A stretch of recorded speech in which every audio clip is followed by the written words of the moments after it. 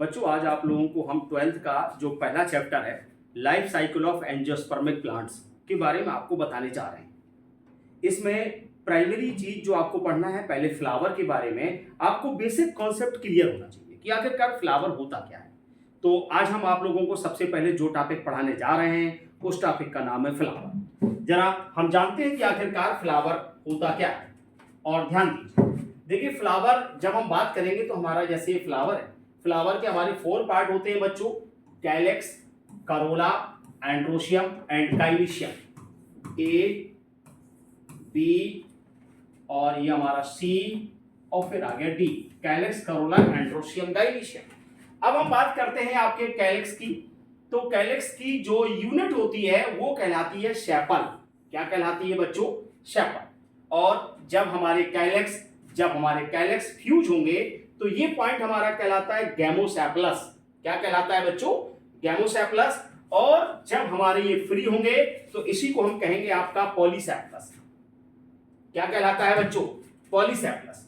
इसके बाद यदि ये ग्रीन कलर के हैं तो इसको बोलते हैं सेपलोइड, और यदि अदर कलर है तो बोलेंगे हम petaloid. Calyx outer whorl of a flower. Flower का सबसे आउटर लेयर होता है और मोस्टली यदि ये ग्रीन है तो फोटोसिंथेसिस में भी हेल्प करेगा, और नहीं तो एक तरीके से फ्लावर को प्रोटेक्ट कर रहा है, एक प्रोटेक्शन देने का काम कर रहा है, सुरक्षा देने का काम करता है। इसके बाद सेकेंड जो coloured part of the flower and help in pollination process में जो हेल्प करता है फ्लावर का पार्ट वो कहलाता है करोला। और करोला की यूनिट यदि ये सिंगल है तो इसको पेटल बोलते हैं, जब ये फ्यूज होते हैं बच्चों तो इसको हम गैमोपेटलस के नाम से जानते हैं। ध्यान दीजिएगा बाबू, जरा बाबू ध्यान दीजिए पढ़ाई भाई, इधर ध्यान दे, बिल्कुल कंसंट्रेट करें। यदि ये फ्यूज है तो क्या कहा जाता है इसको? गैमोपेटलस। क्या कहा जाएगा? गैमोपेटलस। ये ध्यान दें जो मैं आपको बता रहा था कि यदि हमारे फ्यूज होते हैं तो इसको हम गैमोपेटलस के नाम से जानते हैं। और यदि ये फ्री है तो ये कहलाएगा हमारा, यदि ये फ्री होते हैं तो फ्री में भी हमारा वही है पेटलस। तो पेटलस मैंने बताया इसकी यूनिट होती है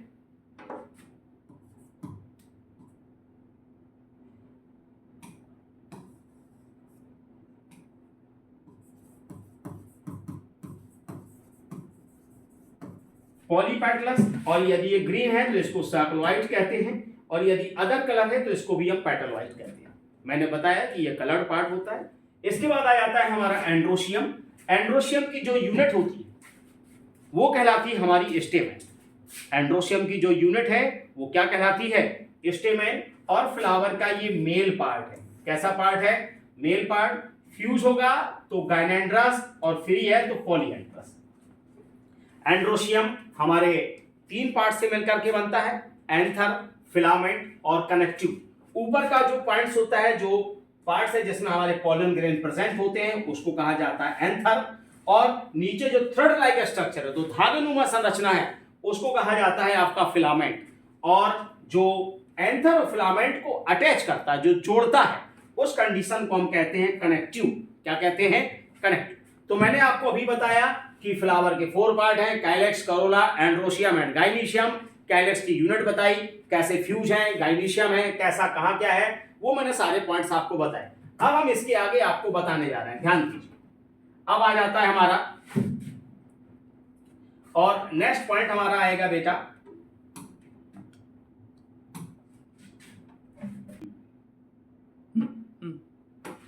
देखिए, मैं आपको बताने जा रहा था बेटा कि जो हमारा एंड्रोशियम है वो 3 पार्ट से मिलकर बना है, एंथर, फिलामेंट और कनेक्टिव। बच्चों होता क्या है कि एंथर और जो कनेक्टिव है उनकी अरेंजमेंट का जो सीक्वेंस है वो हर फ्लावर में अलग अलग होता है अकॉर्डिंग टू फैमिली। आपने 11th क्लास में पढ़ा था, क्रूसीफेरी, मालवेसी, कंपोस्टी, ये फैमिली होती है। उन फैमिली के बारे में तो मैं आपको बेसिक चीज बताऊं कि यदि हमारा ये एंथर, ये क्या है बच्चों? हमारा एंथर। आप ध्यान देंगे कि एंथर यदि फिलामेंट के बेस से अटैच है तो ये कंडीशन हमारी कहलाती है बेसी फिक्स्ड। क्या कहलाती है बच्चों? बेसी फिक्स्ड। और यदि ये डोर्सल सरफेस से अटैच है, कहां से अटैच है? डोर्सल सरफेस से, तो ये कहलाएगा हमारा डॉर्सोफिक्स्ड। क्या कहलाता है? डॉर्सोफिक्स्ड। और यदि ये बच्चों हमारे बैक से जुड़ा है तो यही पॉइंट हमारा कहलाता है एडिनेट। क्या कहलाएगा? एडिनेट। और यदि ये फ्री होके मूव कर रहा है, इस प्रकार से देखिए, आप डायग्राम पे ध्यान दीजिए, यदि इस प्रकार से फ्री होके मूव कर रहा है, ये आपकी कंपोस्टी फैमिली, यदि आप सनफ्लावर में देखेंगे। इसके अलावा आप कुकुरबिटेसी फैमिली, कुकुरबिटेसी में कद्दू, लौकी, खीरा, ककड़ी, आप इन सब में देखेंगे तो ये होता है। और इस कंडीशन में आ जाता है हमारा वर्साटाइल। क्या आ जाता है बच्चों? वर्साटाइल। यदि एक एंथर और एक फिलामेंट है तो ये कंडीशन कहलाएगी हमारी मोनोडल्फस। क्या कहलाता है? मोनोडल्फस। और यदि बच्चों दो एंथर और दो फिलामेंट है, आपको मैंने बताया था कि ये फूला हुआ पार्ट हमारा क्या कहलाएगा? एंथर। और ये जो धागा है उसको हम क्या कहते हैं? आपका फिलामेंट। और यदि दो एंथर दो फिलामेंट है तो ये कहलाता है हमारा डाइडल्फस। और यदि बहुत सारे फ्लावर ऐसे होते हैं जिसमें बहुत सारे एंथर होते हैं बच्चों, कई इन्फिनाइट, और बहुत सारे फिलामेंट हैं, बहुत सारे एंथर हैं, तो ये कंडीशन हमारी कहलाती है पॉलीडल्फस। क्या कहलाती है? पॉलीडल्फस। एक बार मैं अगेन आपको बता दूं कि यदि एंथर के बेस से फिलामेंट अटैच है तो हमारा कहलाएगा बेसिफिक्स्ड। डॉर्सल सरफेस से जुड़ा हुआ है तो डॉर्सोफिक्स्ड। और यदि ये बैक से जुड़ा है तो ये कहलाता है एडिनेट। और यदि ये एंथर फ्री मूव कर रहा है, फिलामेंट ऐसे धागे के रूप में, तो ये कहलाएगा हमारा वर्साटाइल। एक एंथर एक फिलामेंट है तो मोनोडल्फस। दो एंथर हैं दो फिलामेंट है डाइडल्फस। बहुत सारे एंथर हैं बहुत सारे फिलामेंट हैं, कंडीशन आ जाती है पॉलीडल्फस। और यदि बच्चों आप एक बात को और ध्यान दीजिए कि यदि एंथर आपस में फ्यूज, ये हमारे एंथर और एंथर आपस में अटैच, और यदि हमारा ये फिलामेंट कंडीशन और फिलामेंट नीचे की ओर हमारा फ्री है तो कंडीशन होती है सिनजेनेसिस।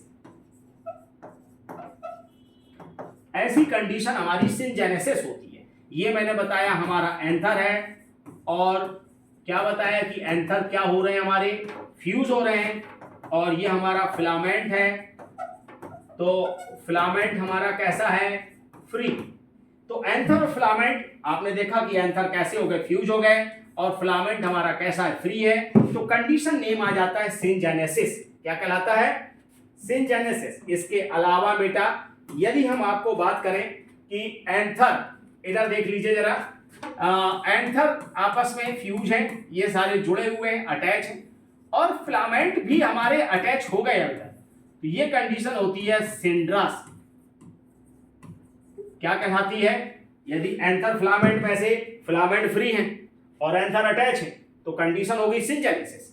और यदि एंथर फिलामेंट दोनों अटैच हो गए तो कहलाएगा हमारा सिंड्रस। क्या कहलाता है? सिंड्रस। अब इसके आगे यदि हम ध्यान दें तो दो तीन पॉइंट्स आपको और ध्यान देना है। क्या ध्यान देना है?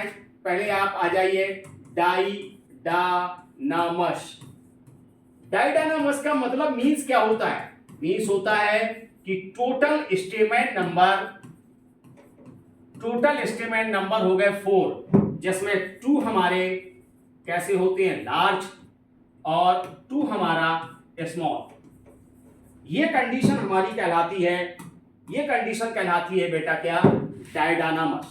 और यदि हम सेकंड बात करें, हमने कहा टेट्राडायनामस। टेट्राडायनामस में क्या होता है कि जो टोटल स्टेमेन नंबर वो हमारे होते हैं 6, जिसमें 4 हमारे कैसे हैं बेटा? लार्ज, और 2 कैसे हमारे? स्मॉल। ये दो कंडीशन भी आपको याद रखना है फ्लावर की। पहला बताया डाइडानामस। डाइडानामस में क्या बताया कि टोटल स्टेमेन नंबर हमारे होते हैं 4, जिसमें 2 लार्ज और 2 स्मॉल। इसी प्रकार से टेट्राडायनामस में मैंने क्या बताया कि टोटल नंबर ऑफ स्टेमेन हमारे हो गए हैं कितने? 6, जिसमें 4 बड़े 2 छोटे, 4 बड़े होते हैं और 2 छोटे होते हैं। इस बात को भी आपको ध्यान रखना है। अब हमारा अगला टॉपिक जो मैं आपको बताने जा रहा हूं वो है गाइनीशियम। बच्चों गाइनीशियम ये जो पॉइंट्स है गाइनीशियम हमारा, इसकी जो यूनिट होती है वो कहलाती है कार्पल्स। कार्पल्स को पिस्टिल के नाम से भी जाना जाता है, सेकंड नेम आ जाएगा इसका पिस्टिल। और ये हमारा फ्लावर का बच्चों फीमेल पार्ट, कैसा पार्ट है? Female part. और यदि हमारे ये जो गाइनीशियम, मैंने कहा इसकी यूनिट कार्पल्स है, और यदि आपस में ये फ्यूज है तो कंडीशन होती है बेटा, कंडीशन होगी हमारी सिनकार्पस। क्या कहलाएगा? सिनकार्पस। और यदि ये बेटा फ्री है तो कंडीशन होती है हमारी एपोकार्पस। मैंने क्या बताया? यूनिट होती है इसकी कार्पल्स, और ये फ्लावर का कैसा पार्ट है? फीमेल पार्ट है। जब ये फ्यूज होंगे तो ये सिनकार्पस, और जब फ्री होंगे तो एपोकार्पस। और जो गाइनीशियम वो हमारे 3 पार्ट से मिलकर के कंप्लीट होता है बच्चों। कितने पार्ट से मिलकर कंप्लीट हो रहा है? 3 पार्ट से मिलकर के कंप्लीट है। कौन कौन सा? तो पहला आ जाएगा स्टिग्मा, सेकंड आएगा हमारा स्टाइल, और फिर आएगा ओवरी। देखिए इस तरीके से ऊपर का फूला हुआ पार्ट हमारा stigma, thread like structure style, और ये हमारा ओवरी, इसके अंदर ओवरी, ये भरे। ओके, ये आपको याद रखना है।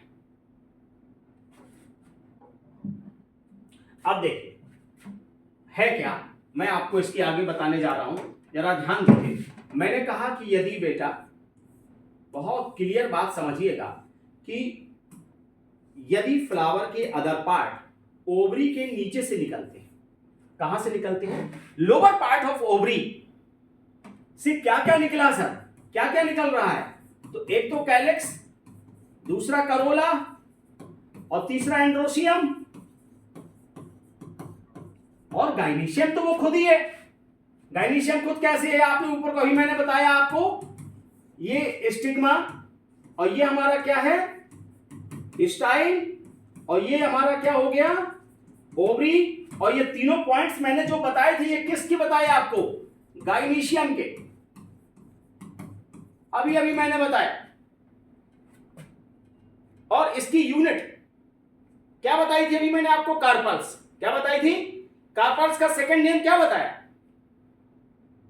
पिस्टिल। क्या बताया था? पिस्टिल। इस बात को जरा ध्यान से समझो। तो मैंने कहा कि ओवरी के लोअर पार्ट से जर्नेट हो रहे हैं other part of flower. Condition का नाम होगा हाइपोगाइनस।